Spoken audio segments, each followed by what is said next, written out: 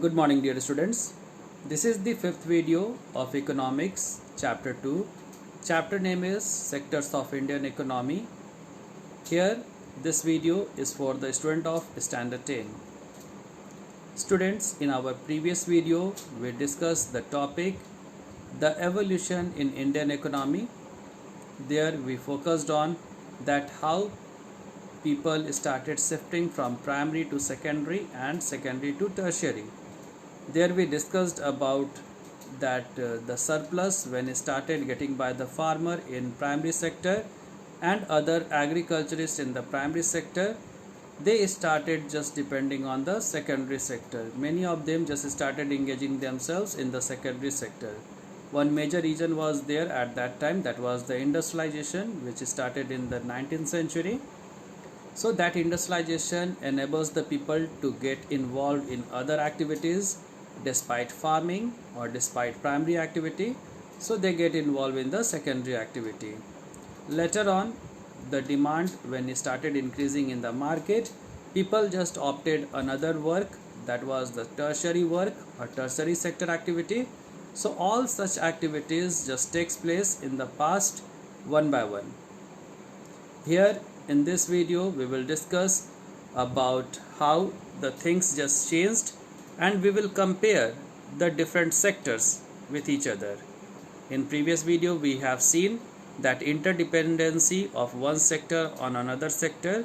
We have taken example also that how for getting a cold drink is not a single ingredient product, it is multi ingredient products. There many things are required. Sugarcane is required, sugar is required, for flavor, artificial flavor is required. So in this way we can just say that different activities, different sectors were just involved or just are getting involved in all activities. We have read there that how from the farm products are reaching to the secondary sector, and from secondary sector how it is reaching to the market with the help of transporter or transportation. So all sectors are interdependent. Here we will compare all the three sectors. Just take a look. Comparing three sectors, we count only final goods and services and not intermediate goods, as the value of final goods already includes the value of all intermediate goods. So what it is talking about, students, that when we suppose that if you purchase biscuit from the market, so whatever the shopkeeper will charge for that biscuit packet, you only focus on that final product. You don't focus on the ingredient, or shopkeeper themselves also don't focus on the ingredient which is added in the biscuit in the process of manufacturing biscuit. But many things are involved. It means for just manufacturing the biscuit packet or biscuit, many process just takes place. Okay, it is just grind in the mill. Okay, first wheat just grown in the farm, then after that from farm it is reaching to the mill, and from mill it is reaching to the manufacturer, that is the baker. So all these process we never just count, we only focus on the final products, the final value of the product. The value of final goods and services produced in each sector during a particular year provides the total production of the sector for that year. So here we are talking about the GDP, students, gross domestic production. So when we talk about the GDP, it is altogether the production just done by the country or the country's people in a year. So that annual production is called GDP.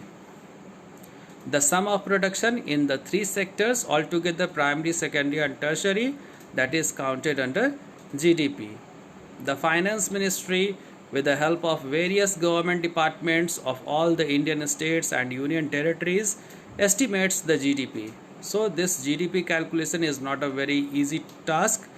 In this many economists are involved.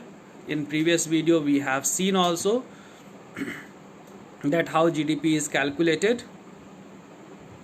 Now see the next slide. Here the role of government is very important to support the sectors, different sectors. that is the primary sector, secondary sector and tertiary sector. So how government can just play a role here in public sector in the economic development of the country?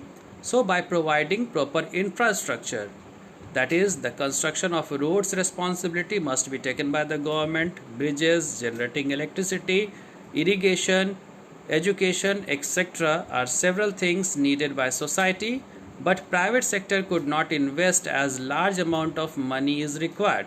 So why this is altogether called agglomeration of economy? One term is there used for this type of facilities which is generally provided by the government, that is called agglomeration of the economy.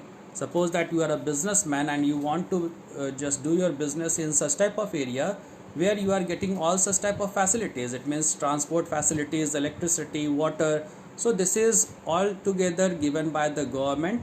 This is not your responsibility to make the arrangement of all such type of basic amenities. Okay, so that is called agglomeration of economy.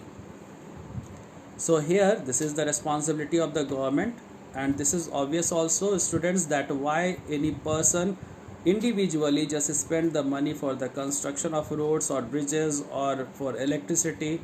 Okay, this is the responsibility of the government. That's why we have read in our previous videos about the public sector, where government is facilitating the basic facilities to the people at a very minimum cost. Okay, so cost or benefits not matter for the government. The main thing which matters for the government, that is facilitating the facilities. Also, collecting money from thousands of people is not easy. So this is not the work of the private institution or private organization, that they can collect the money from the individuals as a tax, and then after that they will invest the money for constructing the roads and bridges, etc. Hence, government has to undertake such heavy spending and ensure creation of infrastructure. Students, without infrastructure, we cannot imagine the setup or proper functioning of the secondary as well as the tertiary sector. Nowadays, in advanced farming, there also proper setup is required, proper method, modern method of farming is required, so that farmer can get the surplus and they can fulfill the requirement of the secondary and tertiary sectors.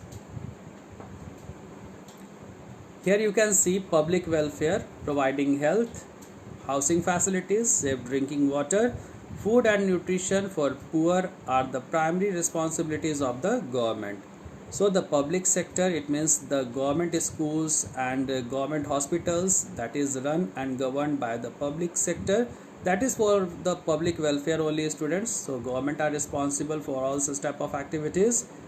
These activities should be taken up by the government, as private sector would like to maximize their profits and has no interest in public welfare. You can't just expect such type of development from the private sector, because private sector completely focus on the individual benefits or individual profits. So they never just invest in such type of mega projects, okay, which is for the public welfare. Balanced regional development, this is also the role of the public sector, students, that to reduce and overcome regional disparities in regional industrial development, the government uses power and resources to set up industries in undeveloped and underdeveloped regions. So this balanced regional development is also responsibility of the government, because sometimes government has to face the criticism of the people.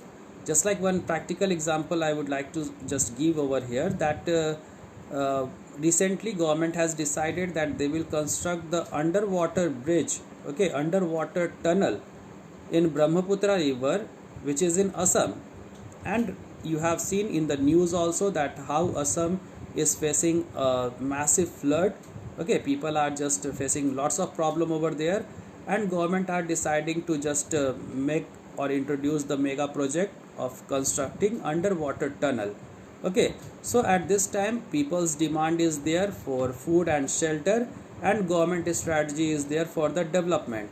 So sometimes such type of ideas of the government become conflictual, and this just creates the problem. So this always just government has to keep in the mind that whatever they are just doing, they will have to just balance the regional development. They have to look after the need of the underdeveloped as well as the undeveloped industrial regions. So this was the end of the end of the video, students. This is the end of the video, and in this video we just compare the three sectors, public sectors, as well as we just compare the primary, secondary and tertiary. So thank you for watching, students. Thank you very much.